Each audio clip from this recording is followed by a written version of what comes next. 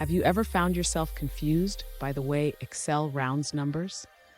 It can be really frustrating, especially when you're trying to get accurate results. If you've ever wondered how to perform bankers rounding in Excel, you're in the right place.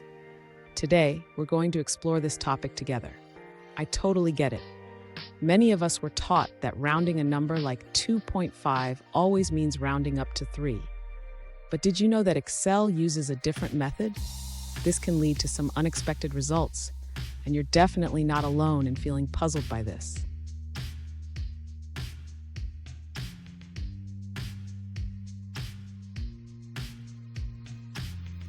Here's the specific question we're addressing today.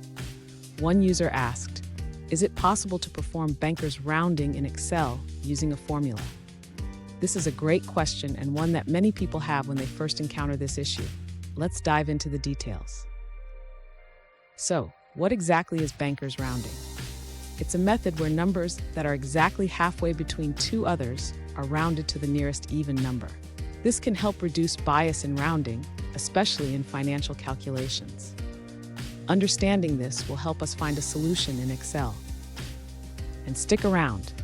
At the end of this video, I'll share a simple formula that you can use to achieve bankers rounding in Excel. You won't want to miss it.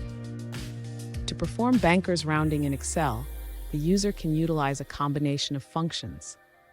First, they should use the round function to round numbers to the nearest integer.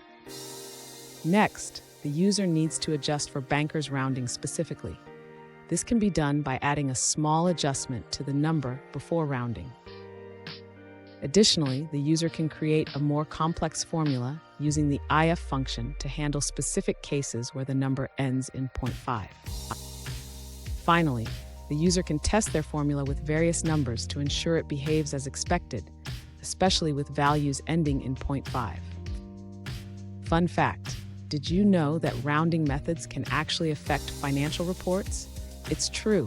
The way we round can change the outcome of calculations, so it's important to use the right method. Now, let's look at the answers provided by other users. An alternative solution for bankers rounding in Excel is provided by a user. They suggest using a formula that checks if the number is even and if the decimal part is less than or equal to 0.5. If both conditions are met, it rounds down. Otherwise, it rounds normally. Now, let's dive into a different answer from another user. One alternative solution for bankers rounding in Excel involves a more manual approach. This user suggests using a formula that checks the last digit of the number. If it ends in 5 and the digit before it is even, it rounds down. If the digit before is odd, it rounds up. For all other cases, it uses the standard rounding method. Here's the formula recap. Use mround for general rounding and combine it with if for bankers rounding. This will help you get the accurate results you need in Excel. And there you have it. Now you can perform bankers rounding in Excel with confidence.